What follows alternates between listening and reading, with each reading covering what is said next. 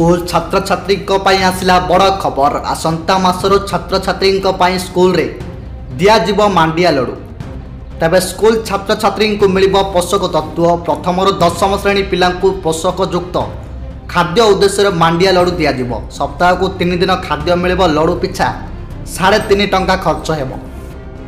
April school पिला मांडिया लडू मिल PM पोषण योजना माध्यम प्रथम 10म श्रेणी छात्र छात्री पोषक तत्व थिबा मांडिया लडू प्रदान करा। सप्ताह 3 दिन अर्थात सोमवार मंगलवार और गुरुवार यही पुष्टिकर लडू प्रदान करा। गोटे लडू पिछा 3 टंका 50 पैसा खर्च हेबो।